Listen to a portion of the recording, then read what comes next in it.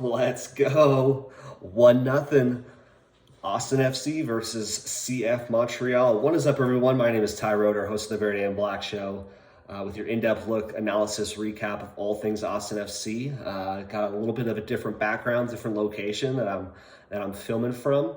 As you can also see, I am wearing some Texas baseball gear as well as my Austin FC hat. Texas Longhorns have a big baseball game today, but in regards to Austin FC, what a thriller of a match. I mean, I still am in awe that we came out of that game 1-0 after Danny Pereira's red card. But we'll start from the beginning. Gabrielson and Cascante at the back, as well as Gallagher and Jimenez. I think Wolf is still trying to figure out who his back four is. Not necessarily the center backs. I think Gabrielson and Cascante are going to be our center backs of the future of the season and probably into next season. But with Kolmanich and Lima, Gallagher and Jimenez, he's still trying to, I think, figure out what works and kind of how to best attack each game by game. And I think Jimenez and Gallagher will start against FC Dallas. I didn't see really any issues with them starting or playing in this game against Montreal. I think they both showed that they're capable of holding down the fort. And then I think Gallagher brings a different element that I guess Lima, you could say, but Gallagher's speed is he could be one of the fastest players on Austin FC's team. No Dominguez, not really sure if he's ever going to be a part of Austin FC's roster again. It sounds like he might be, but I don't know. I don't know what the deal is with him, as well as Rodney Redes. I know his agent kind of came out and said that he hopes to see Redes play at a different club, which I think is good for Austin FC and probably good for Redes. He's not really seeing consistent minutes, if minutes at all, and being able to get quality minutes, even if it meant we loaned him out. I don't know if that's something we could possibly do, loan him out for a season or even half of a season, to a USL or even another club. Just so that way he can get minutes, we can get an additional roster spot. So we'll see what happens there.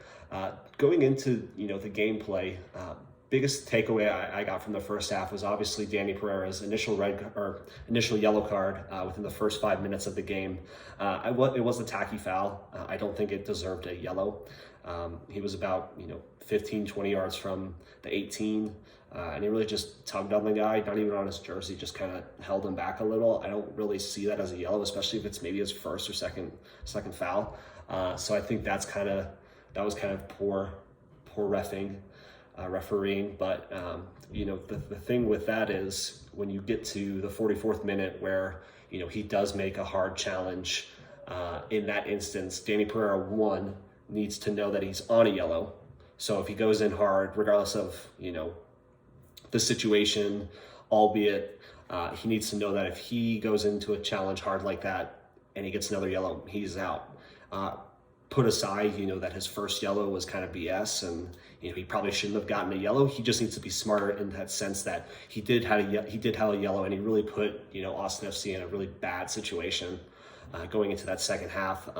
He seemed kind of surprised that he got a yellow, but I think his youth kind of showed there when he got that second yellow. I don't think it would have been a straight red had he been on no yellows, but it was definitely a yellow, that second one. And you just kind of have to be aware of the time in the game. And maybe that, I don't want to put that on Wolf because I think Wolf put the trust in Pereira to know that you have a yellow, like you have to be smart about it. I would assume that Wolf probably would have pulled Pereira in the 60th minute in the second half just to be sure that he's available for the FC Dallas game. So that'll be interesting going forward. But luckily it didn't bite us in the ass. We were able to muster up some really good defensive shape. I was really impressed with what Wolf drew up for the second half. After Pereira got that red card, I was extremely concerned that it would probably be 2-0, maybe 3-0 Montreal, just because playing a man down for 45 minutes is so difficult and it's so hard not to concede. And we've proven, I think, throughout the course of this season that if we go a man down, it doesn't hurt the shape of our team. It doesn't hurt, the players on the field in terms of, like roles and responsibilities. I think Wolf has instilled a really good game plan into, okay, if we do go a man down, which we have done in the past, especially this season, how do we attack it? And I think I don't want to sit here and say that Wolf was hoping for a draw, because obviously every coach is, going for the win. But I think, when you're a man down with 45 minutes left, you'll take 0-0 or you'll take 1-1. You'd love to get out of there with a draw, just because, playing a man down for that long is just so extremely difficult. And if the opportunity arises, which it did, with Aruti's goal, love to score and potentially win. I think we kind of surprised Montreal with how good our shape was and how good we were able to counterattack, especially being a man down.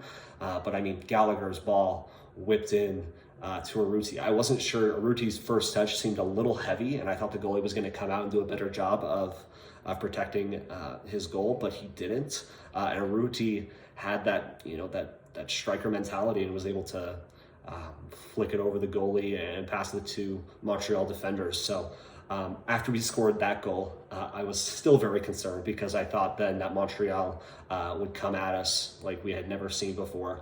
And they sort of did. I was kind of disappointed in Montreal. Before the game, I had been, kind of following Montreal, watching some of their games, and they did have some good chances and good opportunities, especially in this game, as they did, in the previous games that they had played in. But I just feel like at home they didn't,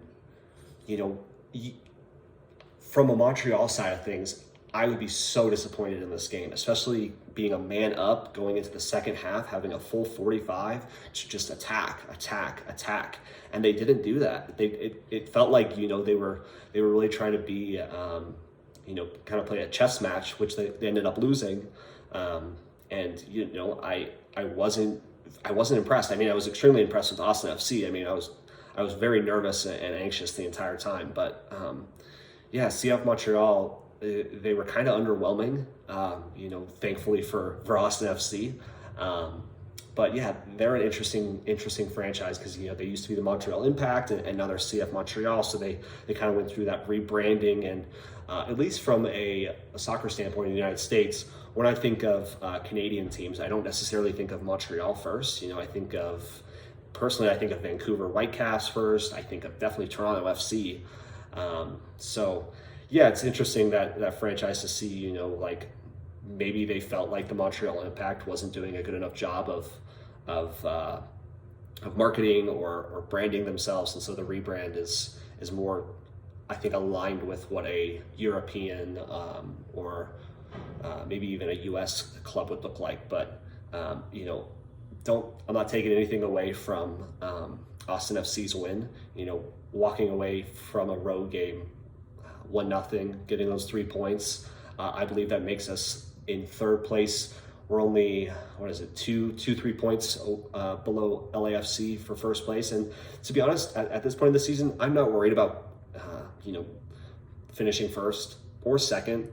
First, second, or third is fine with me. I don't want to get too hung up on points. Obviously, you'd like to finish at the top of the table. But given that it's our second season, I think what I would like, I think we'll make the playoffs. I'm going to say that now. Unless we drastically fall off, I think we will make the playoffs. We are a playoff team, at least from all the games that have gone on.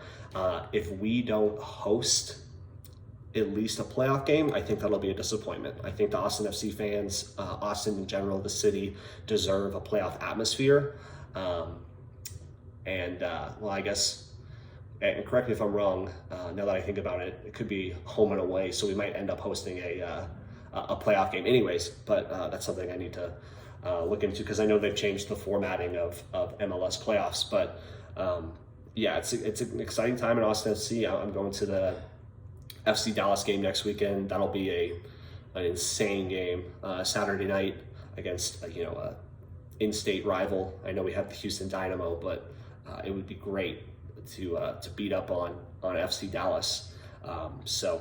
Yeah, thanks all for the support. I really appreciate it. I know I've gotten some comments and responses to my previous videos. So looking forward to, you know, a rest of the successful Austin FC season, and hopefully it'll culminate to something special later this fall. All right, guys, take care. Hook 'em horns.